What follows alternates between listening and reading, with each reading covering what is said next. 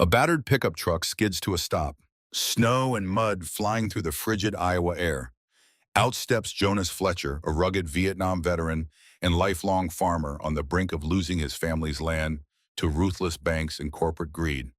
On that same icy road stands a woman, her expensive sedan stalled, the hood steaming in defeat.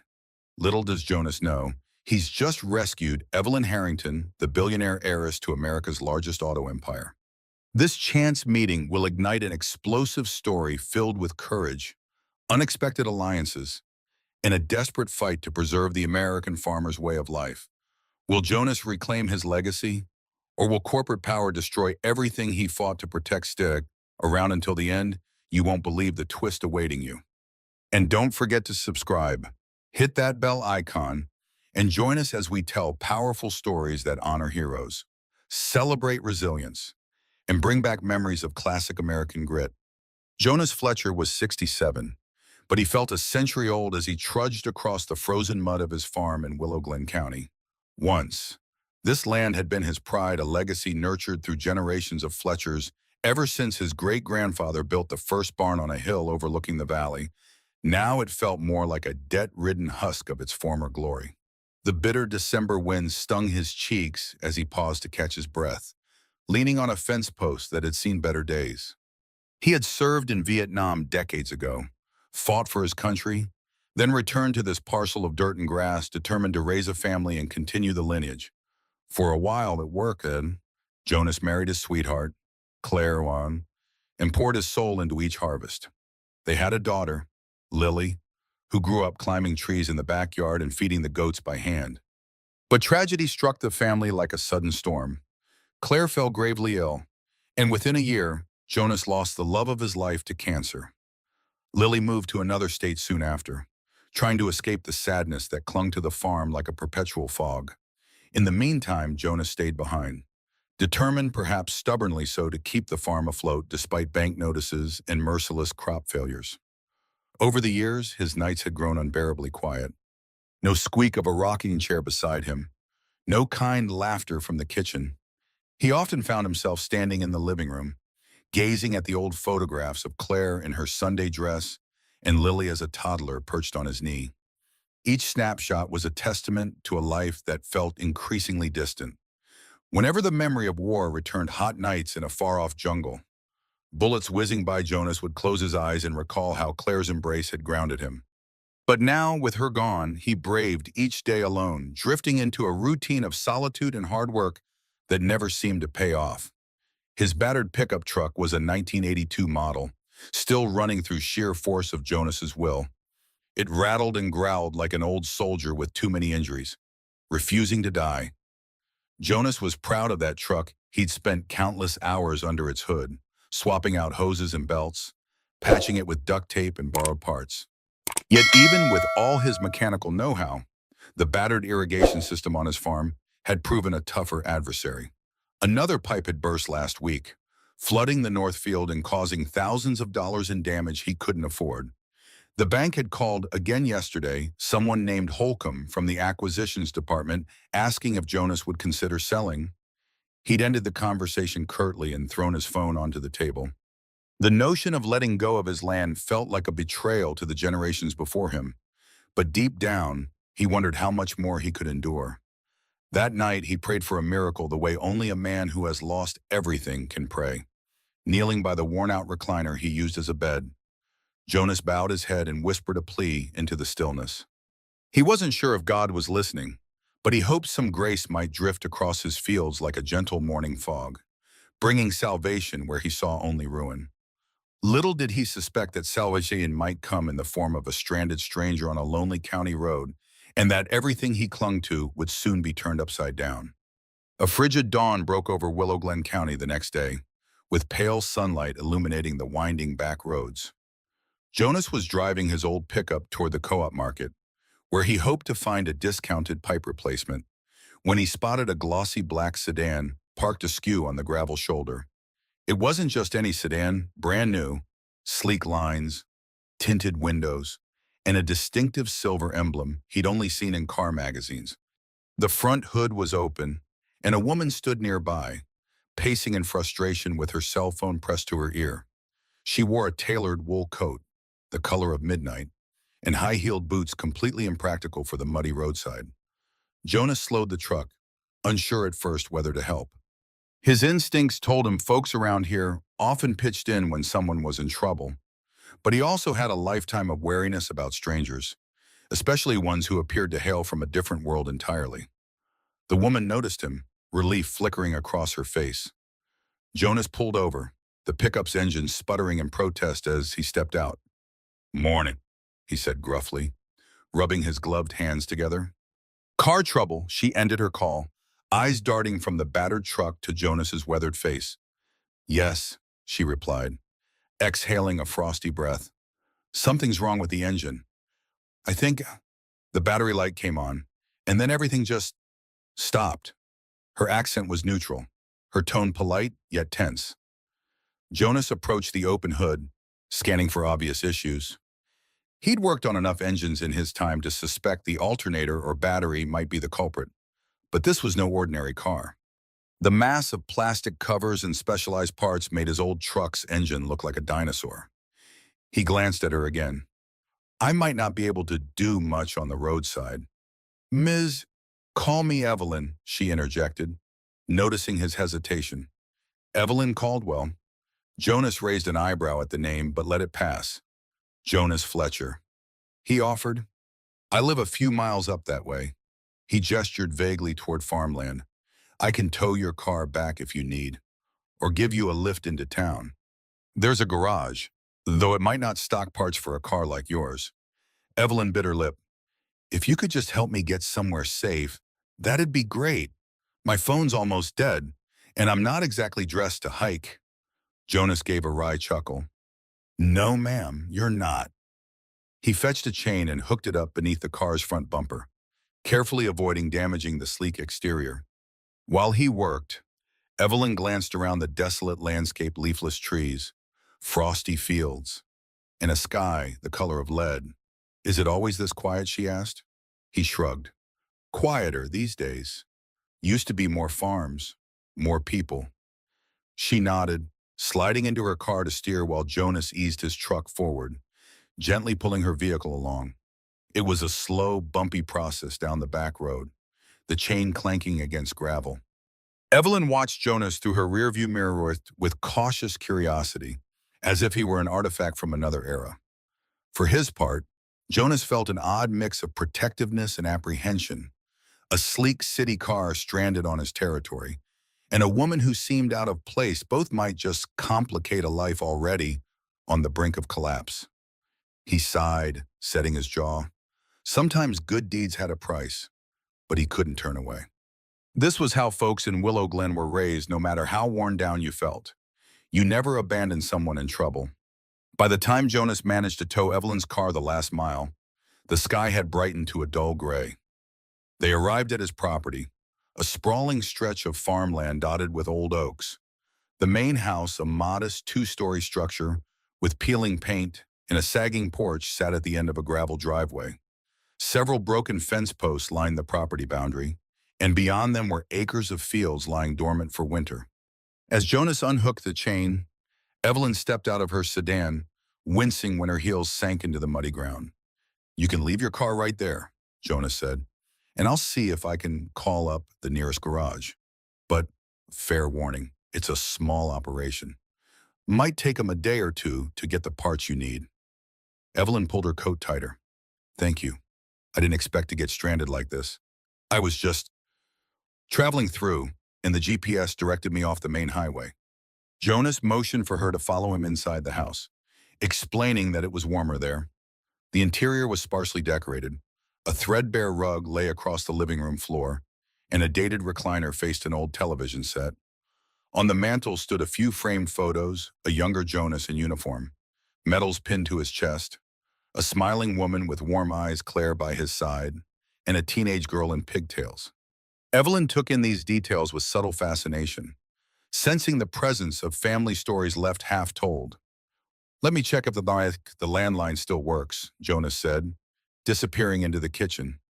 Evelyn stood awkwardly in the living room, noticing the silence beyond the ticking clock on the wall, This house felt suspended in time, holding on to echoes of memories that were all but vanished.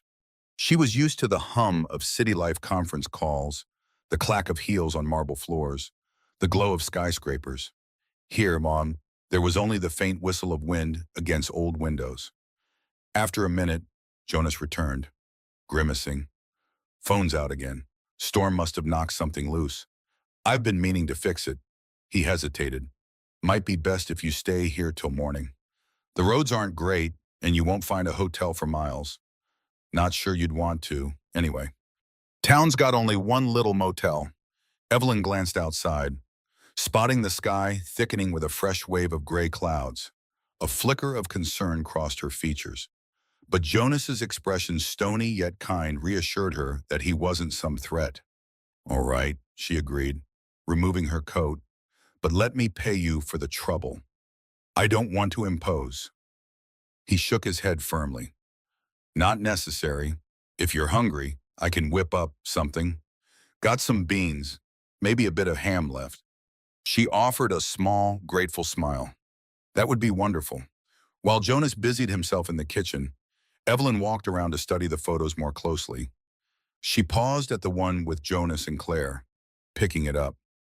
A heavy pang of emotion tugged at her chest, though she wasn't sure why. Perhaps it was the wistfulness in Jonas's gaze that morning, or the quiet sadness that permeated this old farmhouse. She replaced the photo gently, noting how the edges of the frame were worn from years of being held. Deep down, she felt an odd mixture of curiosity and compassion for the man who'd rescued her. She also felt a pang of guilt for not revealing her true identity, especially given that she recognized his battered pickup truck might be the sort of thing her company, Caldwell Motors, rarely designed for. But for now, it was best to keep her secrets until she understood just how deeply Jonas Fletcher's story would intertwine with her own. Snow began to fall by late afternoon, thin flakes swirling in gusts against the windows. Jonas stoked the living room's wood-burning stove, occasionally glancing at Evelyn, who sipped tea from a chipped ceramic mug. The meal had been simple canned beans, toasted bread, a few slices of ham he'd salvaged from last week's groceries. She hadn't complained, which impressed him more than he cared to admit. Earlier, they tried to fix the landline without success. Even if Jonas had managed to get it running, the local garage might be closed until morning. He'd lent Evelyn an old, oversized sweater and a pair of wool socks that dwarfed her feet. The incongruity made him smile. She moved around the living room, studying the old war medals displayed in a glass case near the bookshelf. Those from Vietnam, she asked softly, her voice respectful. Jonas nodded. I was drafted in '69, served 2 tours, came home in '71, sometimes feels like another lifetime. She pursed her lips thoughtfully. My father, well, he once told me about that war, said it changed this country forever. Jonas inhaled sharply. Her father, she hadn't mentioned much about her family, but he let it pass, focusing on the swirling snow outside. It sure did, he murmured. Then, in a rare moment of openness, he added, I came back with a few scars, some you can't see. Evelyn placed the metal case back carefully. We all carry invisible wounds. I think a short silence fell between them, broken only by the pop of wood in the stove. Jonas studied her, his uninvited guest who seemed so polished, yet oddly vulnerable. She carried herself like someone used to giving orders, or at least navigating rooms full of high-powered personalities. But here she was, stranded in a rundown farmhouse, warming her hands by a sputtering stove. You said your name's Caldwell, Jonas asked, trying to break the tension. She nodded. Yes, Evelyn Caldwell. Family local, she shook her head. No, they're based in Detroit. Jonas seemed about to pry further, but stopped himself. Everyone had their secrets, and it wasn't his place to dig if she didn't want to share. You're welcome to the spare bedroom, he offered. Standing up, don't mind the boxes. I've been clearing out some of my wife's old things. His voice grew softer at that admission. Evelyn rose as well, stepping closer. I'm sorry for your loss, she said, and the genuine sympathy in her eyes disarmed him. He nodded, swallowing hard. Thank you, it was cancer. Years back now. She was my anchor. She opened her mouth to respond, but Jonas turned away, leading her down the hall to a small room filled with dusty boxes and an old dresser. A narrow bed lay against the wall, covered by a faded quilt. Here, he said, flipping on a lamp that cast a weak yellow glow. Heat's not great, but the quilts are warm. If you need anything, I'll be in the living room. She set her mug on the dresser. Thank you, Jonas. I really appreciate your kindness. He nodded and left quickly, heart pounding with a mixture of awkwardness and something else he couldn't quite name. Perhaps it was the realization that, despite his hermit-like existence, he found himself wanting to learn more about this mysterious woman. He wondered if he'd regret opening his door so readily. But that was the way of Willow Glen people helped each other. Come what may, outside the snowfall thickened, blanketing the fields in a pristine layer of white. Inside, Jonas stared at the flickering stove, haunted by memories of Claire and the slow demise of his once proud farm. He didn't know it yet, but tonight was the quiet before the storm. Forces beyond his understanding were already in motion, and Evelyn Caldwell was the catalyst who would soon shake the foundations of his life, both for better and for worse. Jonas woke at dawn, stiff from another night spent in his recliner. A dull ache spread across his lower back as he rose, dropping a couple more logs into the stove. The snowstorm had left a sparkling sheen over everything outside. He wondered if the roads would be passable enough to reach the garage today. As he glanced toward the hallway, he saw Evelyn's door slightly ajar. She emerged moments later, hair slightly mussed, the borrowed sweater slipping off one shoulder. "Morning," she said, voice husky from sleep. "I hope you don't mind. I found some coffee in the kitchen." Jonas grunted with a half smile. "Help yourself. Don't get too excited, though it's instant." They shared a quiet breakfast of black coffee and leftover toast. The awkwardness of being near strangers manifested in hesitant smiles and polite nods. After tidying up, Jonas offered to see if he could get her car running enough to drive it into town, but Evelyn hesitated. "I'd appreciate that," she said. "But before we go, could I walk around the farm a bit? I'd like to stretch my legs." Jonas was surprised. Most visitors, especially outsiders from more urban backgrounds, weren't exactly eager to trudge through snow and mud, but he agreed. He grabbed a second coat for her from the closet, an old one that belonged to Claire, though he didn't mention that, and they headed out. Boots crunching over fresh snow. The morning sky was clear, a crisp blue overhead. As they walked, Jonas pointed out the different sections of his land, the North Field, where he grew corn in the warmer seasons, the battered irrigation system that snaked along a shallow ravine, the dilapidated barn that had once housed cows back when he was younger and more ambitious. Evelyn took everything in with keen interest, stopping frequently to run her hand along a worn fence or peer at the equipment. "Your irrigation system seems old," she remarked, crouching by a rusted pipe. "When's the last time you replaced any of this?" Jonas snorted. "Replaced, more like patched and prayed. I don't have the funds to overhaul it. Bank's been on me to sell, but He trailed off, jaw tightening at the thought of losing this place. Evelyn nodded, empathy in her gaze. "If you did have the money, would you modernize it? Maybe switch to a pivot system or drip irrigation?" He blinked, surprised at her knowledge. "Yeah, or bury some new lines. But that's tens of thousands of dollars, maybe more. This farm doesn't generate that kind of cash these days." They reached the barn, and Jonas swung open the large doors. The interior smelled of hay and damp wood. Old tools were stacked in a corner, remnants of the farm's more prosperous times. Evelyn ran her fingers over a broken plow, then turned to Jonas. "You ever think about other ways to save this place?" she asked gently. He shrugged.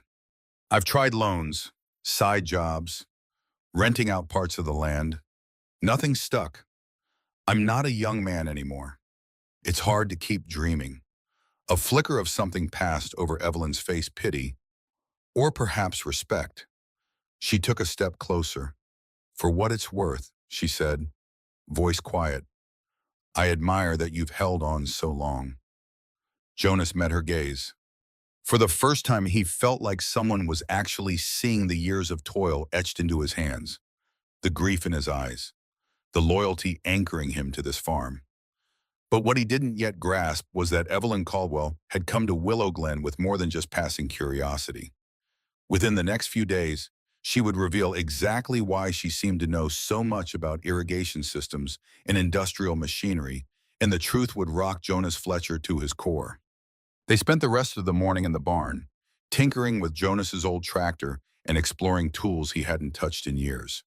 Evelyn asked a dozen questions about how Jonas kept his farm vehicles running, delving into everything from spare parts sourcing to homemade fixes.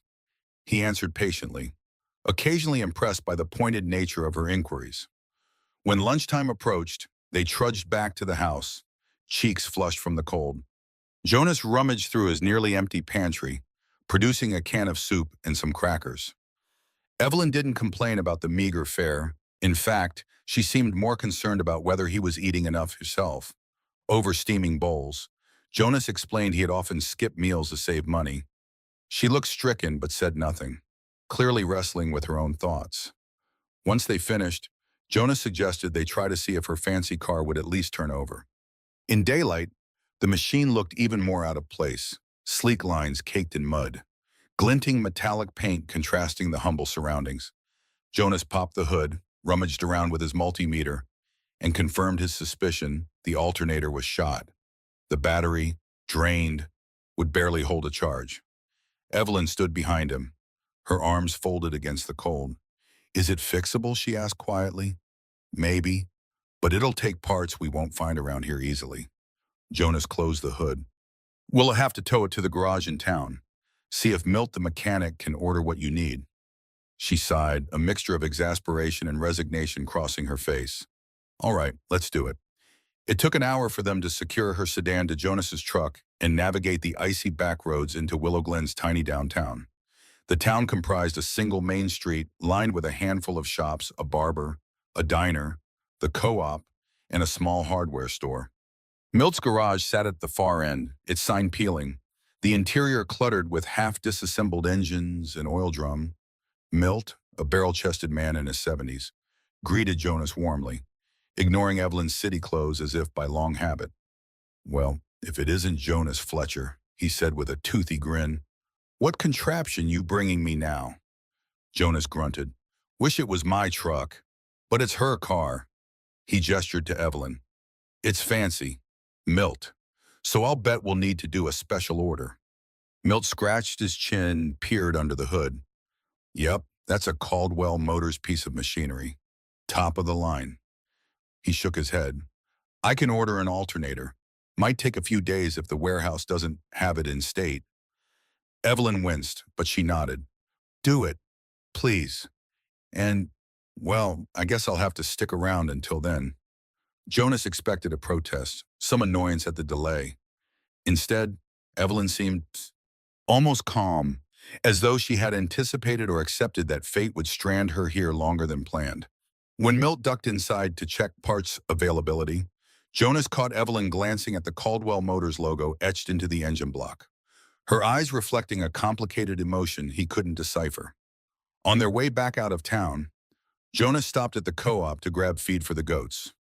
Evelyn tagged along, and to his surprise, she struck up a friendly conversation with the store clerk, asking about local produce and the town's history. Jonas watched, faintly amused. Perhaps this city woman was more adaptable than he'd thought.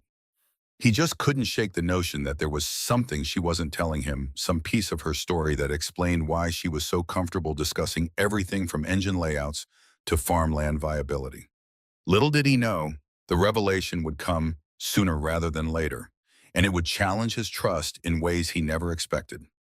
That evening, a biting wind rattled the house as Jonas secured a spare set of blankets for Evelyn's makeshift guest room. After another humble meal, this time scrambled eggs and canned tomatoes, he noticed how quiet she'd become. She stood by the window, staring out into the darkness of the countryside, lost in thought. The glow from a small lamp fell across her features, revealing a mix of worry and regret. He approached, clearing his throat softly.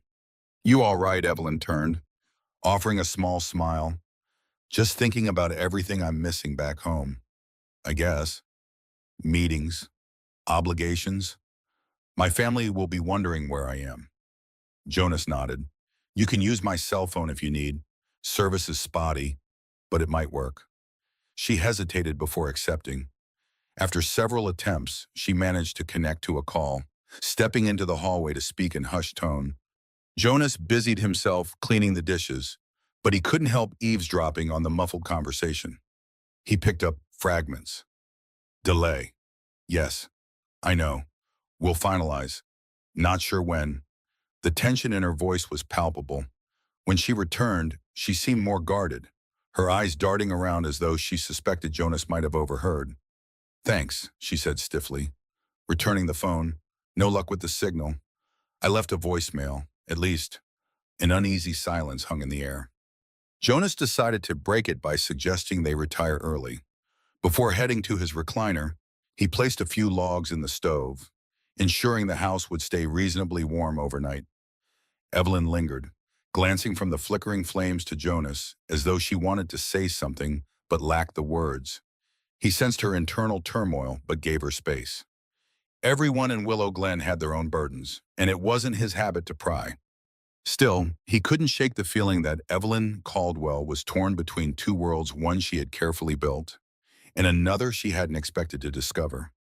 In the deep of night, Jonas found himself tossing and turning, thoughts drifting to the bank notices on the kitchen counter. The weight of potential foreclosure pressed heavily on his mind. Then he imagined Evelyn in the spare room, curled up under old quilts, perhaps restless from the same restlessness that had plagued him for years. Outside, the wind picked up, howling around the eaves. He tried to pray again, but words failed him. Instead, he found himself remembering Claire's voice, her gentle admonishments to keep believing in miracles. A single kind deed can ripple across a lifetime, she used to say. Had Jonas's decision to help Evelyn been the kind of action Claire might have applauded? Possibly. But could that kindness also upend everything he thought he knew about his life? Drifting in and out of uneasy dreams, Jonas saw visions of his younger self, kneeling in a Vietnamese rice paddy under gunfire, wishing he could be home, safe in Willow Glen. Now, decades later, the war inside him was different: financial ruin, lingering grief, an empty house echoing with regrets.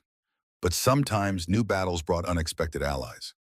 Even in the darkness of the farmhouse, something told Jonas that the stranger he'd welcomed in might be the key to a salvation he no longer dared to hope for. The following day dawned cold and bright. Jonas woke early, determined to fix a section of his irrigation pipe before the afternoon freeze set in. Evelyn insisted on accompanying him, despite his protests that she should stay warm in the house. Bundled in layers, she followed him to the east field, where a tangle of corroded joints and cracked PVC awaited repair. Jonas knelt in the snow, prying at a stubborn clamp with a screwdriver while Evelyn observed closely. Tell me how this happened, she said, crouching beside him. Storm damage, bad installation. Old age, take your pick. Jonas gritted his teeth as the clamp finally gave way. I've patched this thing so many times. It's a wonder it still holds water. Evelyn frowned, scanning the network of pipes. If you had a modern pivot system, or even partial drip lines, you wouldn't be dealing with half these issues. He paused, peering at her. You sure know a lot about farming methods. She glanced away. I've read up on it. Different forms of irrigation, sustainable methods. It's an interest of mine, Jonas huffed in amusement. And here I thought you were some corporate lawyer or something. She froze for a second, then forced a chuckle. I get that a lot. Silence settled between them, broken only by Jonas's grunts as he tightened a makeshift fitting. Once finished, he tried to start the water flow from the nearby well pump, only to be met with a hiss and trickle. Frustrated, he slapped the side of the ancient pump. Damn it, probably rusted. Evelyn stood up, brushing snow from her knees. Let me help. Without waiting for permission, she joined him at the pump, fiddling with the valves. Careful, these hoses can burst under pressure, Jonas warned. She gave him a nod, adjusting the main valve gently. Here, ease it forward too much. and you'll get backflow. His eyebrows shot up. How do you... But before he could finish, water sputtered, then burst through the patch, spraying them both in a cold, narrow jet. Evelyn yelped as Jonas lunged to shut it off. In seconds, they were drenched, laughing in spite of themselves at the ridiculousness of the situation. Panting from the exertion, Jonas wiped water from his face. Well, you tried. Evelyn wrung out a sleeve, cheeks flushed pink from the cold. We'll just have to do better next time. Their laughter faded as they stood close, hearts pounding. Jonas felt a momentary rush of warmth that had nothing to do with physical proximity. She wasn't just a stranded city driver anymore. She was someone who wanted to roll up her sleeves, who shared frustrations over broken machinery, who could find humor in a sudden burst of freezing water. Something in Jonas's chest stirred a faint echo of companionship he hadn't felt since Claire. Before they could linger in that feeling, a shout rang out behind them. Jonas turned to see his neighbor, Harold Gunderson, flagging them down. Jonas Harold Holloward, need you to come quick. The county inspector's here, and he's asking about overdue property taxes. With a ragged sigh, Jonas signaled his understanding. He muttered an apology to Evelyn and trudged off, worry lines creasing his forehead anew. She followed close behind, glimpsing the tension in his shoulders. In that moment, it became painfully clear that Jonas was fighting not just mechanical breakdowns, but a bureaucratic system that seemed eager to swallow his farm whole. Little did either of them realize. Harold's news was just the tip of an iceberg, and soon, a much larger revelation would thrust them into a deeper conflict, forcing Evelyn to reveal who she really was. By the time Jonas reached the front porch, he found a county official with a clipboard flipping through pages, barely acknowledging the old farm dog barking at his heels. Harold stood nearby, arms crossed in solidarity. When the inspector looked up and saw Jonas, he tapped a line on his clipboard. Mr. Fletcher, we've attempted to contact you about overdue property taxes. You're at risk of a lien if payment isn't made soon. Jonas's shoulders sagged. Another blow. Another set of fees he couldn't afford. I'm trying to get the money, he said through gritted teeth, voice trembling with frustration. Just need more time. The inspector offered a perfunctory nod. We can grant a 30-day extension.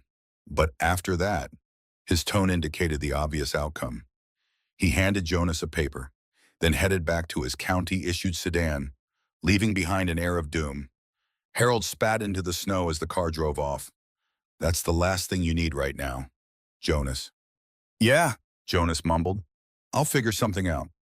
Evelyn stood behind him, watching with mounting concern. Harold shot her a curious glance before tipping his cap. Ma'am, you must be the one Jonas was talking about. Car trouble, right? She nodded politely. Yes, sir. Evelyn Caldwell. Harold gave a polite shrug. Well, welcome to Willow Glen, I suppose. Ain't much, but some of us still call it home. With a pat on Jonas's shoulder, he excused himself. Call me if you need anything. This farm's important to us. Jonas, you know that. As Harold disappeared around the bend, Jonas turned to Evelyn, noticing her expression of heartfelt sympathy. He muttered an embarrassed apology. Didn't mean for you to get dragged into my troubles. Evelyn shook her head. Don't apologize. I'm sorry you're dealing with so much. She lifted the county notice from his hand. Is it as bad as it looks? Jonas let out a long breath. Worse. Between the property taxes, the mortgage, and the failing equipment, I'm nearly underwater. A big corporation, Redwood Holdings, has been sniffing around, offering to buy the farm. He cast a bleak gaze across the snow-laden fields. I swore I'd never sell. It's been in my family for generations. But I don't know how much longer I can hold on. Evelyn's eyes flashed with something that looked like resolve. She opened her mouth, then closed it, struggling with an internal debate. Finally, Tom, she spoke, her voice tight. Jonas, there's something I should tell you. He frowned, curious but wary. Okay. Before she could continue, a horn sounded from the driveway. Milt's tow truck rumbled in, hauling a battered old generator Jonas had asked him to look at weeks ago. The moment shattered the gravity of Evelyn's confession. She swallowed and shoved her hands into her coat pockets. Let's, let's talk later. Jonas nodded, though a kernel of suspicion took root in his mind. He thanked Milt, who unloaded the generator. They chatted briefly about parts for Evelyn's car before Milt headed back to town. Once he was gone, the farm felt colder than ever, the winter gloom settling in. Throughout the rest of the day, Jonas noticed Evelyn's pensive demeanor, as if a storm brewed inside her. She helped where she could, covering the goats in extra straw, hauling hay to the lean-to, even assisting with the broken generator, but her gaze kept straying to the horizon. Jonas wondered what she was hiding. He sensed a tipping point. One more jolt, and her secrets might spill out, for better or worse. Night came swiftly, a deep chill setting in. Jonas prepared a modest supper: potatoes fried in a cast-iron skillet with onions and a sprinkle of salt. He watched Evelyn push the food around on her plate, her earlier appetite dimmed by worry. His own stomach twisted in knots at the thought of the looming tax deadline. Jonas, she began, her voice quavering slightly. We need to talk. Really talk. He set down his fork and leaned back in his chair, trying to mask the apprehension tightening his chest. All right, she took a slow breath. My name is Evelyn Caldwell. Yes, but there's more to it. My father is Lawrence Caldwell, the founder of Caldwell Motors. I'm not just some random driver who wandered off the highway. Jonas stared at her. The name Caldwell Motors carried weight, one of the country's largest automotive manufacturers, known for luxury sedans, electric vehicles, and a global reach. Her sedans brand suddenly clicked in his mind. You're part of that Caldwell family. She nodded. I'm the vice president of research and development. I came here on a sort of covert trip to understand how rural communities might benefit from a new line of vehicles we're calling the Legacy line. Vehicles designed for durability, ease of maintenance, things that big farms and small towns alike could really use. I wanted to see real conditions, talk to real people. That's why I was on that back road. I was surveying potential sites, not expecting to break down. Jonas let out a slow whistle, shock reverberating through him. The fragments of her knowledge about irrigation, mechanical systems, even her calm acceptance of her sedan's breakdown, all of it made sense now. But it also meant she'd deceived him. So you've been using me for research, he asked quietly, trying to keep the betrayal out of his voice. Evelyn's eyes brimmed with regret. No, at least, not like that. I truly did break down, and I really did appreciate your help. Everything I've seen here, everything about you and your farm, it's changed me. I just wasn't sure how to tell you once I realized how complicated it might become. I'm sorry. Jonas ran a hand across his stubble, processing the bombshell. Anger flared momentarily, but it was tempered by the reality that she'd never outright lied, just omitted a monumental piece of information. So, what does this mean? You want to buy my land for some facility? Evelyn shook her head vigorously. No, that's Redwood Holdings, not us. Our approach is different. I want Caldwell Motors to partner with rural farmers for pilot programs testing the vehicles where they matter most. And your farm, I see a place where we could demonstrate that if we fix real problems, like your irrigation or your battered equipment, maybe we can do the same for other communities. Jonas felt the weight of her words, the possibility of salvation, but he also felt cornered. So, you want to swoop in and rescue me? Is that it? She flinched. Jonas, I don't want to swoop in. I want to help, yes, but I'm also drawn to this place, to you. The resilience I've seen here is what we at Caldwell Motors have lost. We've been designing sleek, disposable cars for wealthy clients, but I believe in something else, something more sustainable. Tension thrummed between them like a taut string, ready to snap. Jonas stared into Evelyn's earnest eyes, torn between gratitude and indignation. Could he trust her? Was she truly here to help? Or was this just another corporate maneuver? And beneath it all, another emotion brewed, something that felt dangerously close to hope. The following morning, Jonas was out by the barn before first light, mind swirling with conflicted thoughts. He'd barely slept, replaying Evelyn's confession until exhaustion overcame him. Now, in the crisp, pre-dawn air, he tried to clear his head by hauling hay and checking on the goats. But as he tossed bales into the pen, he heard the crunch of boots on frozen ground behind him. He turned to see Evelyn, bundled in the coat he'd loaned her. She appeared resolute, yet a bit hesitant. "I know last night was a lot," she began, voice soft. "Can we talk more?" Jonas leaned against the barn wall, crossing his arms. "I suppose." She stepped closer, her breath visible in the cold.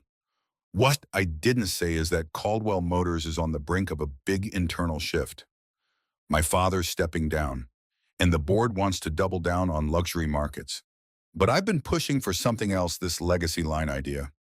Trucks and SUVs that could last decades, built with modular parts so farmers can fix them without a specialized computer." She paused, assessing his reaction. "We got pushed back. The board said we didn't understand the real market. That's why I came here. Incognito. I needed real data. Real stories." Jonas frowned, glancing out at the barren fields. "So, you're basically doing field research for some corporate pitch."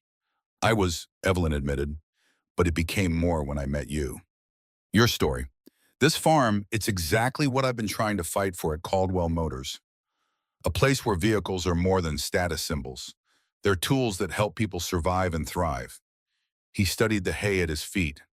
"I won't lie, I need the help. I'm drowning in debt. The irrigation is shot, and Redwood Holdings hounds me every week.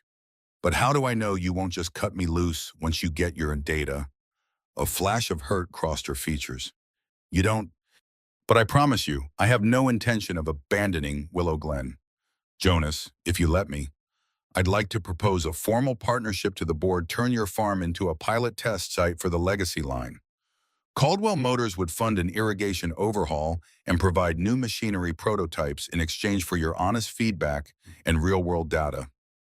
Jonas exhaled, relief mingled with fear. That sounded almost too good to be true. "What's the catch?" She managed a small smile.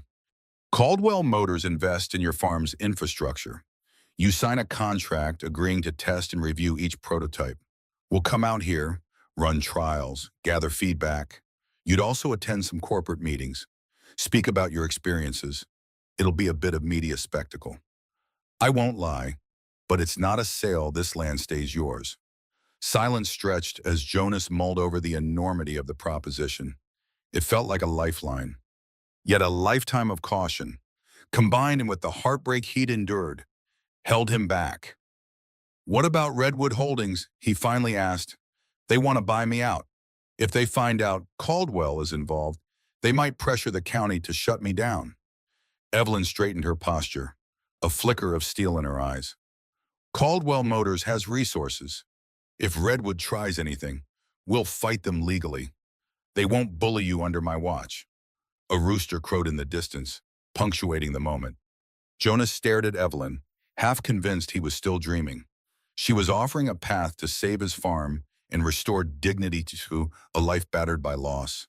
But trusting someone meant risking more heartache. Could he take that leap? The old scars on his soul cautioned him to remain guarded.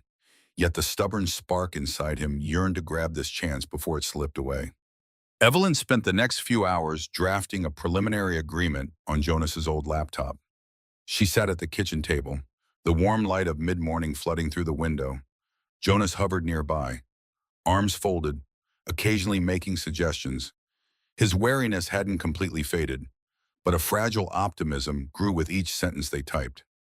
They spelled out the basics. Caldwell Motors would allocate funds to fix key infrastructure, irrigation first, then barn repairs, possibly even a new tractor prototype. In return, Jonas would act as a consultant, providing daily logs, feedback, and hosting visits from engineers and design teams. The contract included clauses allowing Jonas to end the deal if Caldwell Motors failed to uphold their commitments. By noon, both felt mentally drained. Evelyn saved the document on a USB drive, letting out a shaky breath. "I'll have to present this to the board," she said, rubbing her temples. "They might push back, but my father still holds a significant stake, and I'm certain I can persuade him. He cares about brand heritage and knows the public is turning toward sustainable solutions. Jonas nodded, trying to maintain a steady front. The weight of hope pressed on him, terrifying in its own way. When do you need to leave to do that? She hesitated. Tomorrow, if the garage finishes the car, I'll drive to the nearest airport, catch a flight to Detroit. The mention of leaving made the house feel colder. Jonas busied himself clearing the table, not wanting to dwell on the sudden pang of loss. His life had been solitary for so long. Was he already bracing for a return to that loneliness sooner later? They walked the fields again, discussing potential areas for the test track Caldwell Motors might install. Jonas explained where the ground drained poorly, where the slope risked runoff, how the north field was better for certain types of vehicles. Evelyn listened intently, taking notes on a small pad. Occasionally, they'd pause to watch the goats amble by the fence. The hush of winter lay over everything. But for the first time in a while, Jonas didn't see the landscape as a burden, he saw it as a place of possibility. That evening, with the contract hammered out, Jonas found himself inviting Evelyn to join him in the living room.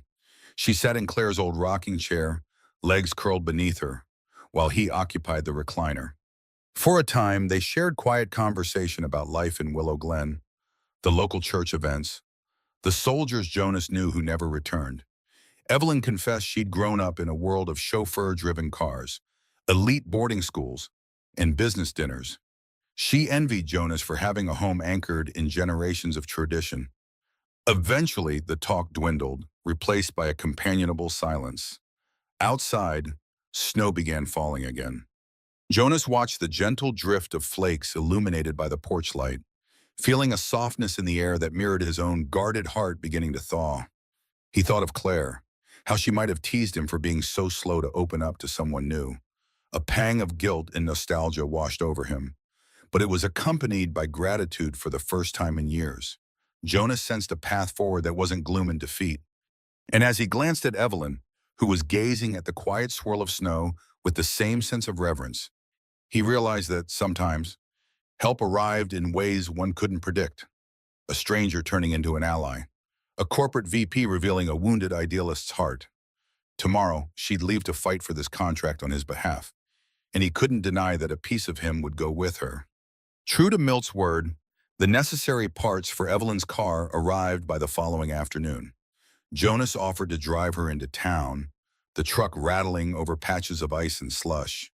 The conversation was subdued, each of them preoccupied by the enormity of what lay ahead. Evelyn was about to return to a corporate boardroom and stake her reputation on a venture few executives would readily embrace. Jonas was placing his farm, his entire life, in the hands of someone who, just days ago, had been a complete stranger. When they reached Milt's garage, the sedan was waiting, hood closed and gleaming under the fluorescent lights. Milt insisted on a final diagnostic before handing over the keys, giving Jonas and Evelyn a moment alone in the corner of the shop. She brushed imaginary dust from her coat, not meeting his gaze. If all goes well, the board will approve this pilot program. Then I'll be back within a week or two with a team of engineers. We'll start the irrigation overhaul right away if we can get the local contractors on board. Jonas nodded, hands shoved deep in his jacket pockets. I appreciate everything. Evelyn, honestly, I don't know how to repay you. Don't think of it as repayment, she said, lifting her eyes to meet his. Think of it as an investment. One that can benefit Caldwell Motors. Yes, but also your farm, and hopefully many more like it. For a moment, he didn't know what to say. He glanced away at the clang of a wrench hitting concrete, the hum of a heater overhead. He wanted to tell her she'd already done more for him than she realized, restoring his faith in the possibility of a future. But the words stuck. Milt finally returned, wiping his hands on a rag. She's all set. Ms. Caldwell, runs smoother than ever. You should be able to get to Detroit without any hiccups. Evelyn smiled in thanks, then faced Jonas. I'll call you once I'm into the city. We'll schedule a video call or something to go over final details. He swallowed, fighting a sudden lump in his throat. Safe travels. Without warning, she stepped forward, Arms sliding around him in a brief but genuine hug, Jonas stiffened, then relaxed, returning the gesture, a warmth blossoming in his chest. Milt coughed politely, and Evelyn pulled away, cheeks flushed. "Thank you for everything," she whispered. Jonas only managed a curt nod. He watched her climb into the sedan, heart pounding as the engine purred to life. The car turned onto the snowy street, taillights growing faint in the distance. As the hum faded, the old emptiness crept back into Jonas's mind. But this time, there was a crucial difference. He had a spark of hope to cling to. Stepping outside, Jonas found the snow-laden sky strangely quiet. He let out a visible breath, recalling every detail of the past few days, the improbable breakdown, the nights by the stove, the discussions about farmland and vehicles built to last. He had no illusions that everything would be easy. The Caldwell board might reject Evelyn's proposal outright. Redwood Holdings might tighten its grip. The bank might press for foreclosure, but for the first time in a long while, Jonas Fletcher believed he wasn't fighting alone. Turning back to the truck, he rubbed a palm across the hood, thinking, "Hang in there, old friend. We might just have a future yet." Then, with a final glance down the road where Evelyn Caldwell's sedan had disappeared, Jonas climbed into the driver's seat, started the engine, and headed home to await whatever came next. The next week crawled by in slow increments of anxiety. Jonas kept himself busy with the usual farm work, hauling feed, patching fences, chopping firewood, anything to keep his hands occupied and his mind from wandering to worst-case scenarios. Evelyn called once to say she'd arrived safely and had scheduled a meeting with Caldwell Motors board.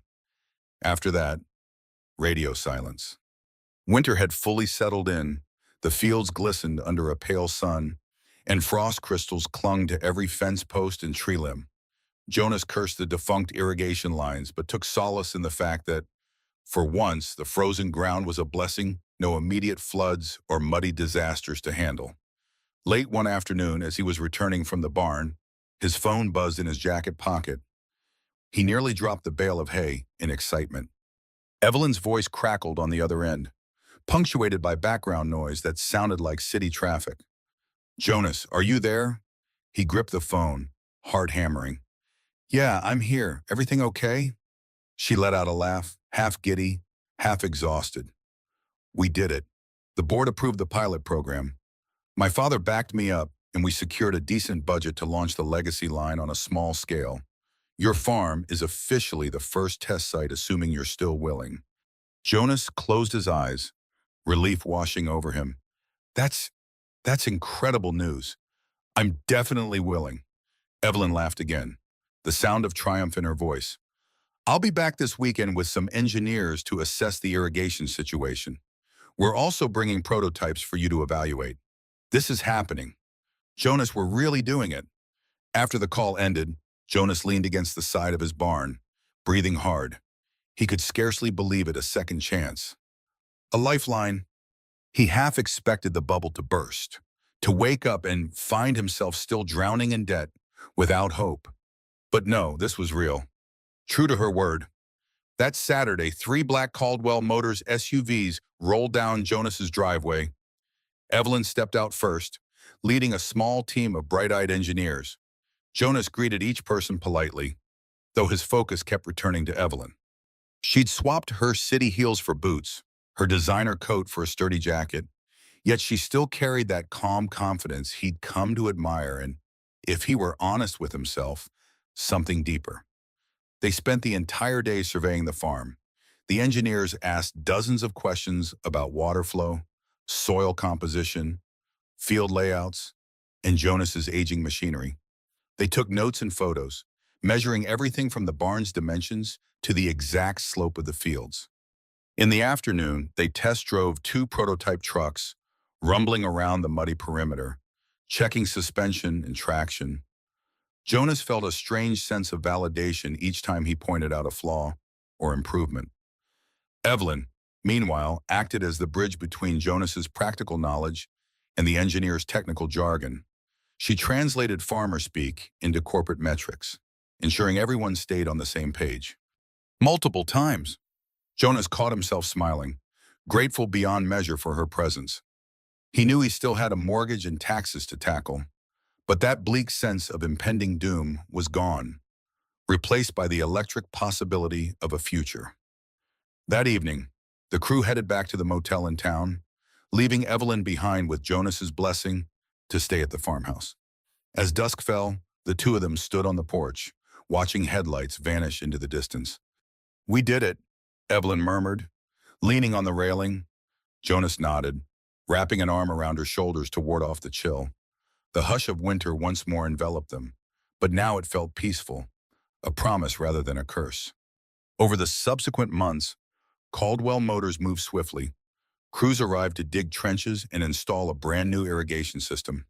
Jonas watched with awe as advanced pivot arms took shape, promising even water distribution across his fields once spring arrived. A prototype tractor, sleek yet sturdy, was delivered for Jonas to test, sporting sensor-driven features that could be turned off if he preferred the old-school manual operation. He was initially skeptical, but found himself grudgingly impressed by the efficiency. Engineers and reporters popped in and out of Willow Glen, shining an unusual spotlight on the once sleepy county. Local residents, who had eyed Evelyn Caldwell with suspicion at first, soon warmed to her. Not only was she bringing jobs and investment, she seemed genuinely invested in preserving the character of the community. Town meetings buzzed with discussions about the Fletcher Caldwell project, with some folks praising Jonas for holding on to the farm, and others voicing concerns about corporate influence. But Jonas stood firm, explaining that Caldwell Motors wasn't here to exploit them. If anything, it was Redwood Holdings they needed to watch out for. It was during one such meeting, after Redwood's lawyers made an appearance to push for a land acquisition, that Evelyn quietly proposed a plan to Jonas and the townspeople. Caldwell Motors would lease an unused section of Jonas's Westfield to build a testing track. The lease income would help Jonas pay off his overdue taxes and reduce his mortgage burden. In return, Caldwell could operate the track for a set period, offering local farmers opportunities to test vehicles themselves. It was a win-win that no Redwood lawyer could effectively counter. Spring arrived in a cascade of blossoms and thawed ground. Jonas found himself enjoying the daily calls and visits from Evelyn, who stayed in the farmhouse more often than not. They fell into a comfortable rhythm, balancing business with personal connection. On quiet nights, they'd sit by the porch with mugs of coffee, watching the horizon glow with the last rays of daylight. Sometimes, Jonas caught himself thinking of Claire, wondering if she'd approve of this new bond forming in his life. A gentle peace told him she would. As the final piece of the project rolled into place, Jonas realized his debts were no longer a crushing weight. The partnership had revived his farm to the point where the harvest promised a decent profit. He even took on 2 local workers to help expand goat farming, repurposing an old stable. Evelyn's official presence in Willow Glen became less of a novelty and more of a welcome routine, especially as she openly discussed rolling out the legacy line to other rural regions. One evening, after a long day testing the new equipment, Jonas and Evelyn strolled through the pasture. The sky was a tapestry of gold and violet, the air warm with hints of summer. Pausing by a fence, Evelyn turned to him, a tremor in her voice. "There's one more thing I've been meaning to ask," she said. Her gaze flicked to the distant barns, the farm dog barking somewhere, the outline of the newly installed irrigation pivot. Jonas tilted his head, heart pounding. He could sense the significance in her tone. Slowly, Evelyn reached into her pocket and produced a small velvet box. "You saved me when I was stranded," she whispered, eyes brimming with emotion. "Then you let me into your life, your farm, your world. Now I want us to build a new legacy together, both professionally and personally." She opened the box to reveal a modest band with a single diamond. "Marry me. Jonas Fletcher." He felt tears burn in his eyes. In all his years, through war, love, and devastating loss, he'd never imagined a second chance like this. He nodded, voice choked. Yes, he managed, wrapping her in a tender embrace. Overhead, the twilight sky glowed, and the fields shimmered with promise. Together they would write a new chapter, forging a bond that honored the past but faced the future with hope. They stood there, farmer and heiress, sealing an unlikely union in the heart of Willow Glen County as the final ribbons of daylight faded into a gentle night. And in that quiet moment, Jonas knew that every broken pipe, every heartbreak, every lonely prayer had led him here to a life rebuilt not just on the fertile earth, but on the steadfast power of love. In the end, Jonas Fletcher proved that courage isn't just found on distant battlefields, but also in the heartland farms of America. He and Evelyn Harrington showed us that sometimes the greatest riches are measured not in wealth, but in integrity, compassion, and love worth fighting for. Their journey reminds us that it's never too late to stand up against corruption, save our cherished traditions, and build a legacy that honors our roots. What would you have done in Jonas's shoes? Could you see yourself taking on corporate giants to protect your family's heritage? Leave your thoughts in the comments below. Let's talk about the values that made this nation great. And if you enjoyed this powerful story of bravery and redemption, make sure to subscribe, hit that bell icon, and stay tuned for more unforgettable tales right here on our channel.